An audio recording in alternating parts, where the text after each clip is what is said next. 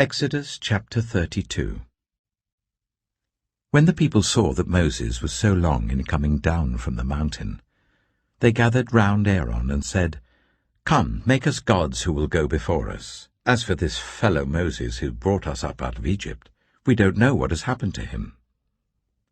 Aaron answered them, "Take off the gold earrings that your wives, your sons, and your daughters are wearing, and bring them to me." So all the people took off their earrings and brought them to Aaron. He took what they handed him and made it into an idol cast in the shape of a calf, fashioning it with a tool. Then they said, "These are your gods, Israel, who brought you up out of Egypt." When Aaron saw this, he built an altar in front of the calf and announced, "Tomorrow there will be a festival to the Lord." So the next day the people rose early and sacrificed burnt offerings and presented fellowship offerings. Afterwards they sat down to eat and drink and got up to indulge in revelry. Then the Lord said to Moses, "Go down, because your people, whom you brought up out of Egypt, have become corrupt. They have been quick to turn away from what I commanded them and have made themselves an idol cast in the shape of a calf. They have bowed down to it and sacrificed to it and have said, 'These are your gods, Israel, who brought you up out of Egypt.' I have seen these people," the Lord said to Moses, "and they are a stiff-necked people. Now leave me alone so that my anger may burn against them and that I may destroy them. Then I will make you into a great nation." But Moses sought the favor of the Lord his God. "Lord," he said, "why should your anger burn against your people, whom you brought out of Egypt with great power and a mighty hand? Why should the Egyptians say, 'It was with evil intent that he brought them out, to kill them in the mountains and to wipe them off the face of the earth'? Turn from your fierce anger. Relent and do not bring disaster on your people. Remember your servants, Abraham, Isaac, and Israel, to whom you swore by your own self, 'I will make your descendants as numerous as the stars in the sky, and I will give your descendants all this land I promised them, and it will be their inheritance forever.'" Then the Lord relented, and did not bring on his people the disaster he had threatened. Moses turned and went down the mountain with the 2 tablets of the covenant law in his hands. They were inscribed on both sides, front and back. The tablets were the work of God. The writing was the writing of God, engraved on the tablets. When Joshua heard the noise of the people shouting, he said to Moses, "There is the sound of war in the camp." Moses replied, "It is not the sound of victory. It is not the sound of defeat. It is the sound of singing that I hear." When Moses approached the camp and saw the calf and the dancing, his anger burned, and he threw the tablets out of his hands, breaking them to pieces at the foot of the mountain. And he took the calf the people had made and burned it in the fire. Then he ground it to powder, scattered it on the water, and made the Israelites drink it.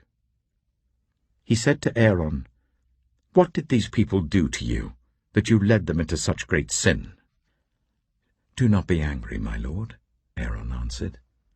"You know how prone these people are to evil. They said to me, 'Make us gods who will go before us.' As for this fellow Moses who brought us up out of Egypt, we don't know what's happened to him. So I told them, 'Whoever has any gold jewelry, take it off.' Then they gave me the gold, and I threw it into the fire, and out came this calf." Moses saw that the people were running wild, and that Aaron had let them get out of control and so become a laughing-stock to their enemies. So he stood at the entrance to the camp and said, "Whoever is for the Lord, come to me." And all the Levites rallied to him. Then he said to them, "This is what the Lord, the God of Israel, says. Each man strap a sword to his side. Go back and forth through the camp from one end to the other, each killing his brother and friend and neighbor." The Levites did as Moses commanded, and that day about 3,000 of the people died. Then Moses said, "You have been set apart to the Lord today, for you are against your own sons and brothers, and he has blessed you this day." The next day Moses said to the people, "You have committed a great sin, but now I will go up to the Lord. Perhaps I can make atonement for your sin." So Moses went back to the Lord and said, "Oh, what a great sin these people have committed. They have made themselves gods of gold. But now, please, forgive their sin. But if not, then blot me out of the book you have written." The Lord replied to Moses, "Whoever has sinned against me, I will blot out of my book. Now go, lead the people to the place I spoke of, and my angel will go before you. However, when the time comes for me to punish, I will punish them for their sin." And the Lord struck the people with a plague because of what they did with the calf Aaron had made. Exodus chapter 33. Then the Lord said to Moses, "Leave this place, you and the people you brought up out of Egypt, and go up to the land I promised on oath to Abraham, Isaac, and Jacob, saying, I will give it to your descendants. I will send an angel before you and drive out the Canaanites, Amorites, Hittites, Perizzites, Hivites, and Jebusites. Go up to the land flowing with milk and honey. But I will not go with you, because you are a stiff-necked people, and I might destroy you on the way." When the people heard these distressing words, they began to mourn, and no one put on any ornaments. For the Lord had said to Moses, "Tell the Israelites, you are a stiff-necked people. If I were to go with you even for a moment, I might destroy you. Now take off your ornaments, and I will decide what to do with you." So the Israelites stripped off their ornaments at Mount Horeb. Now Moses used to take a tent and pitch it outside the camp some distance away, calling it the tent of meeting. Anyone inquiring of the Lord would go to the tent of meeting outside the camp. And whenever Moses went out to the tent, all the people rose and stood at the entrances to their tents, watching Moses until he entered the tent. As Moses went into the tent, the pillar of cloud would come down and stay at the entrance while the Lord spoke with Moses. Whenever the people saw the pillar of cloud standing at the entrance to the tent, they all stood and worshipped, each at the entrance to their tent. The Lord would speak to Moses face to face, as one speaks to a friend. Then Moses would return to the camp, but his young assistant Joshua, son of Nun, did not leave the tent. Moses said to the Lord, "You have been telling me, 'Lead these people.' But you have not let me know whom you will send with me. You have said, 'I know you by name, and you have found favor with me.' If you are pleased with me, teach me your ways, so I may know you and continue to find favor with you. Remember that this nation is your people." The Lord replied, "My presence will go with you, and I will give you rest." Then Moses said to him, "If your presence does not go with us, do not send us up from here. How will anyone know that you are pleased with me and with your people unless you go with us? What else will distinguish me and your people from all the other people on the face of the earth?" And the Lord said to Moses, "I will do the very thing you have asked, because I am pleased with you, and I know you by name." Then Moses said, "Now show me your glory." And the Lord said, "I will cause all my goodness to pass in front of you, and I will proclaim my name, the Lord, in your presence. I will have mercy on whom I will have mercy, and I will have compassion on whom I will have compassion. But," he said, "you cannot see my face, for no one may see me and live." Then the Lord said, "There is a place near me where you may stand on a rock. When my glory passes by, I will put you in a cleft in the rock and cover you with my hand until I have passed by. Then I will remove my hand, and you will see my back, but my face must not be seen." Exodus chapter 34.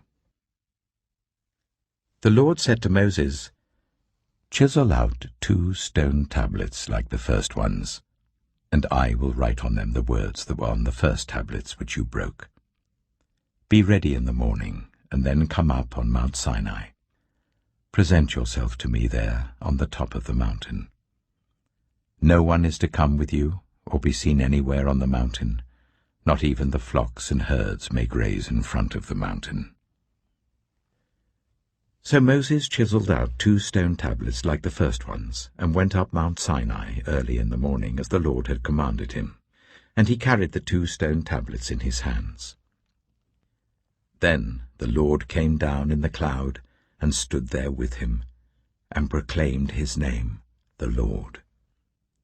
And he passed in front of Moses, proclaiming, the Lord, the compassionate and gracious God, slow to anger, abounding in love and faithfulness, maintaining love to thousands, and forgiving wickedness, rebellion, and sin.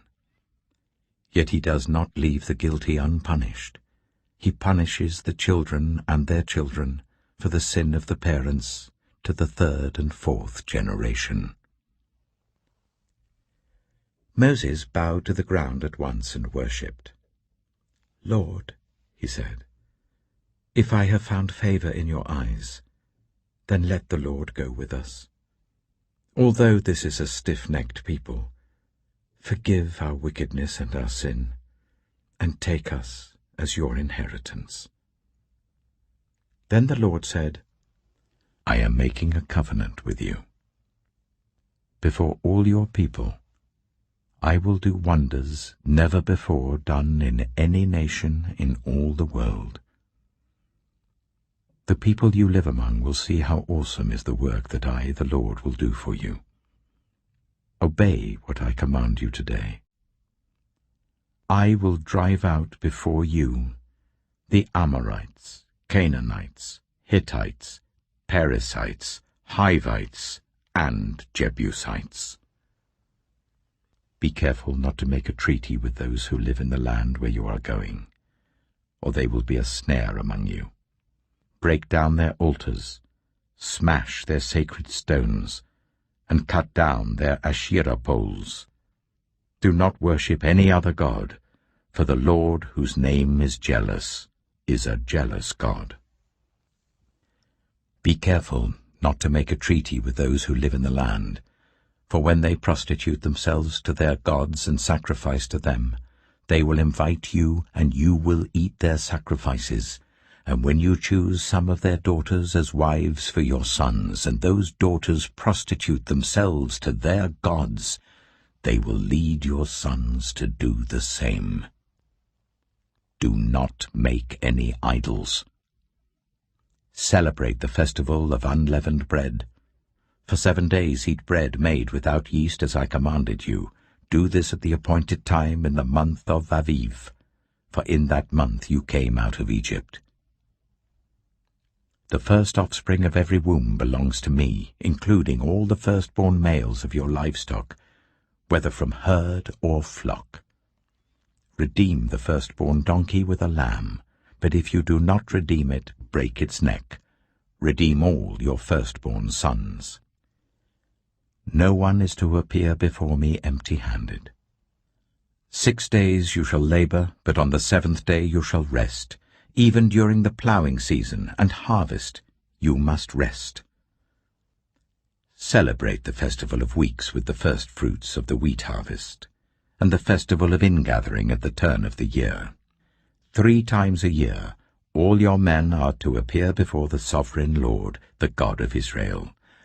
I will drive out nations before you, and enlarge your territory, and no one will covet your land when you go up 3 times each year to appear before the Lord your God.